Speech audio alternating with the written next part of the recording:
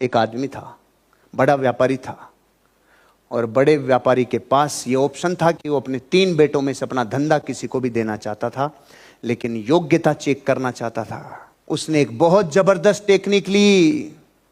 उसने कहा, मेरे 3 बेटों की परीक्षाएं करता हूं, इनमें से जो योग्य होगा उसको मेरा व्यापार विरासत में देके जाऊंगा। और तैयारी में उसने 3 बेटों को बुला के बोला, बेटा, अपने से 20 किलोमीटर दूर बौद्ध भिक्षुओं का एक मठ है, बौद्ध भिक्षुओं का मठ है, तुम जाओ और उस बौद्ध भिक्षुओं के मठ में कंगियां बेच कर आओ। अब आप बौद्ध भिक्षु का मतलब समझते हैं?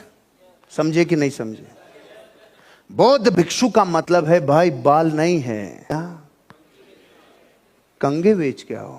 तीनों बेटों को समान अवसर दिया, समान संभावनाएं दी, लेकिन अनादि से जैसे कोई करम फूटा निकलने वाला है तो निकलेगा ही, जैसे कोई घनघोर अंधियारों में से भी जो रोशनी निकाल के लाएगा वो लाएगा ही। उन्होंने बोला, जाओ बेटा, तुम जो करके आओगे उससे ये तय होगा कि तुम्हारे में व्यापार है कि नहीं है। पहला बेटा आया वापस और उसने कहा, पिताजी, एक कंगी बेच के आया हूं। कैसे बेची बेटा? पिताजी, मुझे पता था कि जिस व्यक्ति को मैं एक कंगी बेच रहा हूं उनके बाल ही नहीं हैं, तो मैंने उनको ये कहा, देखो भैया, आपके बाल तो है नहीं, लेकिन फिर भी ऐसी संभावनाएं बन सकती है कभी से कभी कि आपको ये कुछ किसी न किसी काम में आ जाए। तो मैंने देखा कि कुछ बौद्ध भिक्षुओं में से 1-2 लोग ऐसे थे जिनके कुछ पीठ पे कुछ रोग थे, खुजली थी, ये थी, वो थी। तो मैंने उनको कहा, भैया ये लो, और आप इससे खुजाने में आप मदद मिलेगी आपको, इससे आप खुजा पाओगे।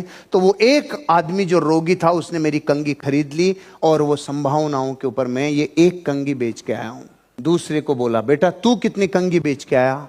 पिताजी, मैं 10 कंगी बेच के आया। बेटा 10 कंगी कैसे बेची?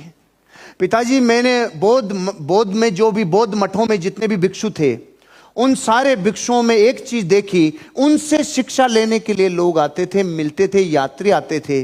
तो मैंने उनको जाकर कहा, देखिए भैया, आपको तो ये कंगी काम में